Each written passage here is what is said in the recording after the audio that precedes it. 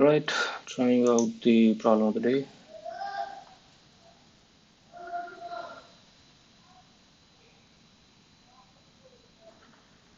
Possible bipartition. Want to split a group of n people, labeled from 1 to n, into two groups of any size. Each person may dislike some other people, and they should not go into the same group. Given the number given integer n and array dislikes, where dislikes of I equals to ai bi indicates that the person labeled ai does not like person labeled bi. Return true if it is possible to split everyone into two groups in this way. Let's look at the examples. In this case, we have four people, and we are given these different dislikes. So 1 and 2 don't like each other. Sorry. 1 and 3 do not like each other. 2 and 4 do not like each other. So let's see.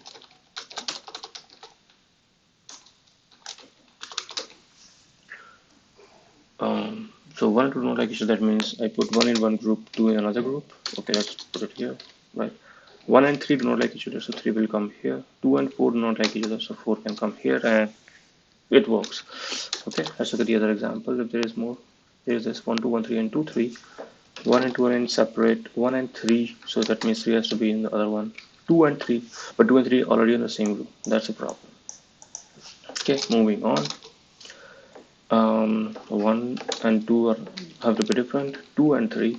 So, okay, so 2 and 3 have to be different. That means 3 will come here. 3 and 4 have to be different. That means 4 has to come here. 4 and 5 has to be different. That means 5 has to come here. 5 and 1 has to be different, but 5 and 1 are already in the same, so it's not possible. Okay.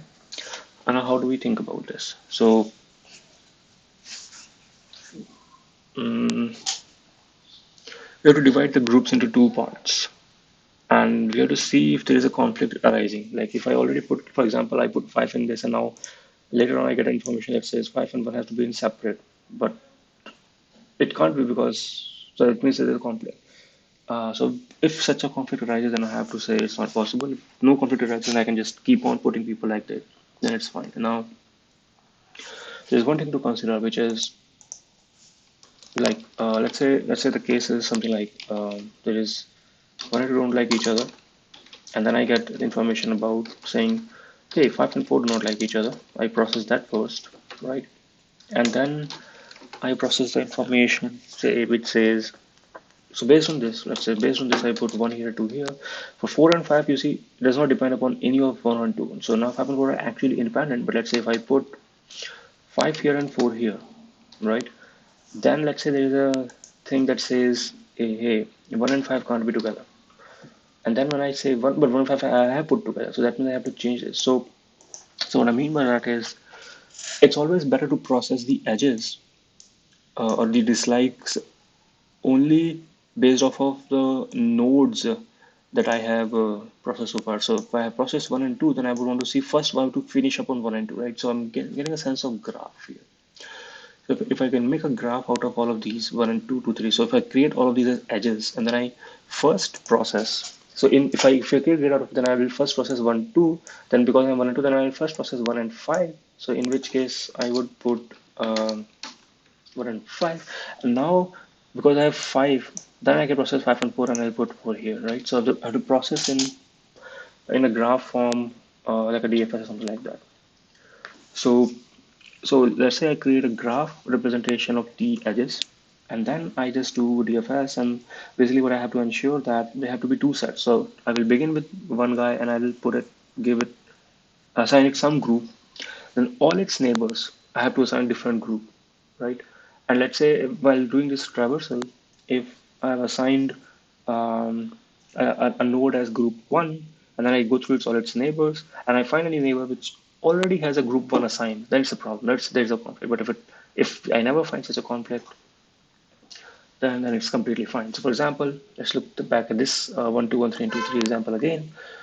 Uh, so what that means is I first go with one. I'll call group one, and I'll call group two, right? So first I'll process one. I'll now with one there are two edges to two and to three.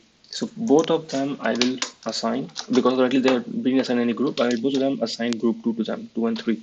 Then I'll just process, when I'm processing 2, I'll check, okay, 2 and 1, but 2 and 1 already fine are separate groups. And then 2 and 3. So when I'll see, hey, 3 is already assigned a group, and but 3 has to be assigned to group 1, but it is assigned group 2, so there is a conflict, right? So that's how I will sort of do. So first, I'll convert it into a adjacency list based graph, and then I'll process each and every node. I'll do a DFS from each and every node, and I'll see if there is a if if I'm in group one, then all my neighbors should be in group two, and so on. And if there is a conflict, then I'll say there's a problem, and I can't partition the nodes as I need it. So first, let's try and create the graph representation. So for that, let's take a list of integer. I call it adjacency list equals to new list.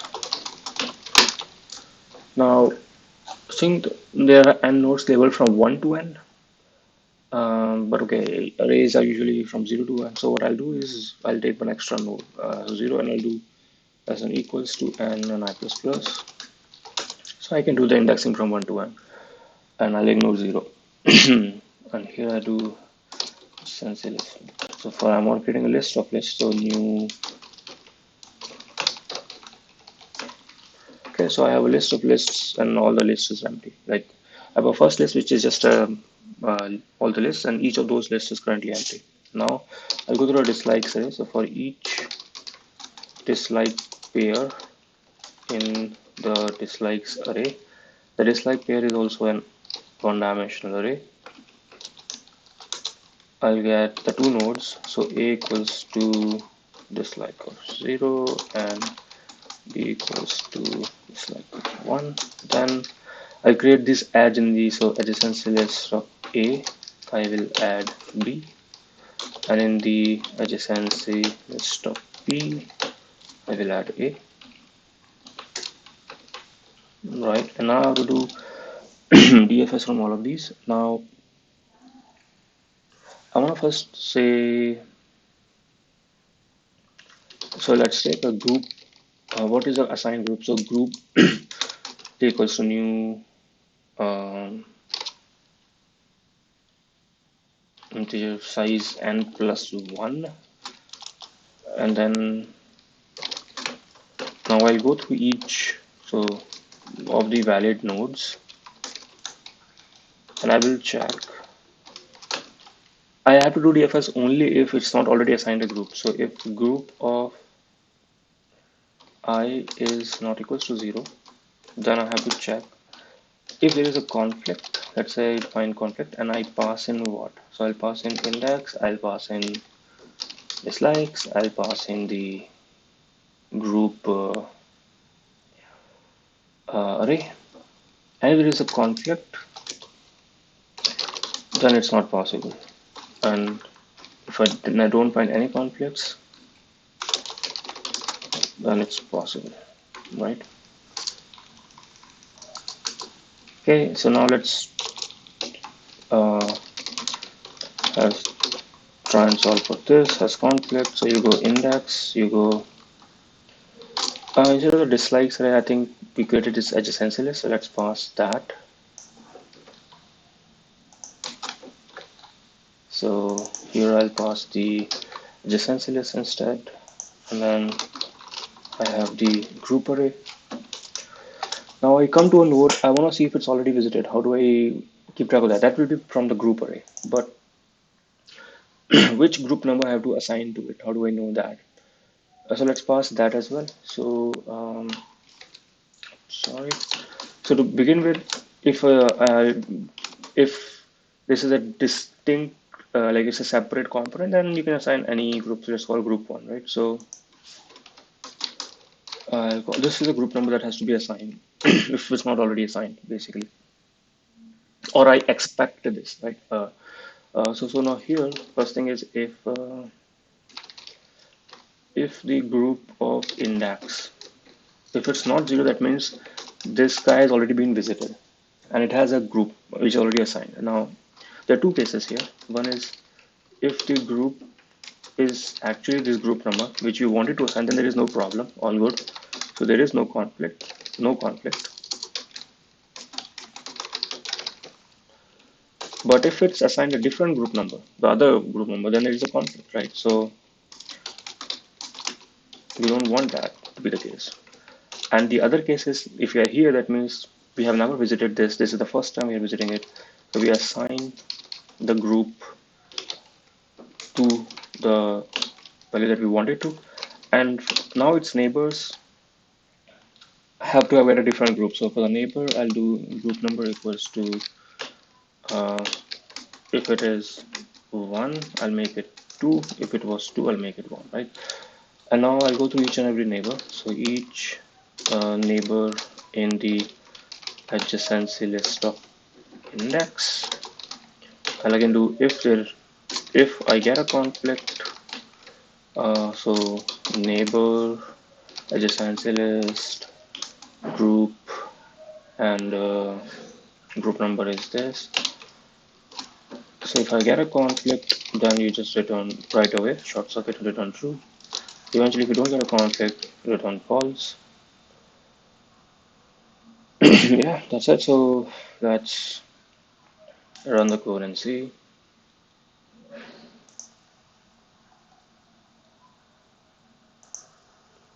Okay, some errors, has conflict index. Um, okay, initially it's I.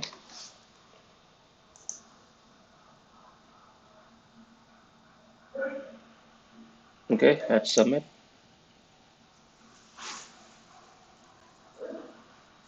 Wrong answer. Let's try this one. I think this was one of the test cases. So yeah, we're getting a wrong answer for 121324. Let's see why that is. Let's quickly do a run through of this. So once we build the adjacency list, which is here, let's print it out.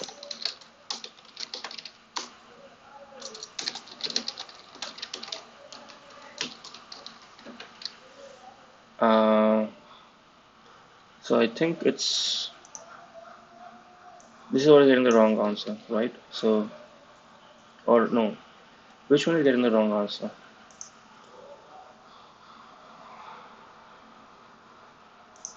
I think it's this one, right?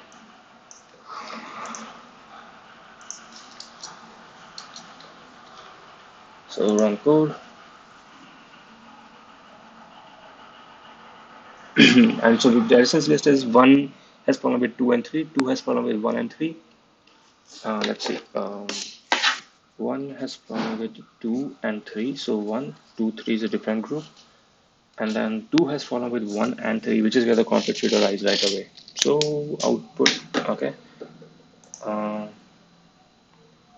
let's now see why do we don't think there is a conflict, right? So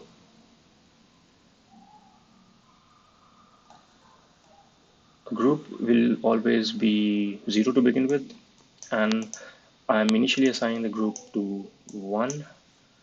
So I assign the group. Let's also print this. So system out println. This guy gets this group. If it was 1, I change to 2. I'll say if it was 1, I'll change to 2. Correct. Let's run code. Why did it not print this? Oh, it did not print this at all. That means group index was never number 0 or what? Like otherwise it should have just printed this thing, right?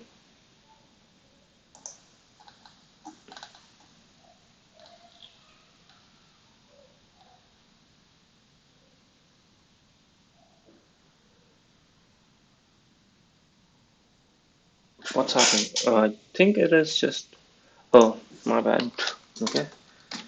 If you already do not have group assignment, then you call this. Okay. So, okay, it works now. Run all the example test cases, and it works. Remove the prints and submit.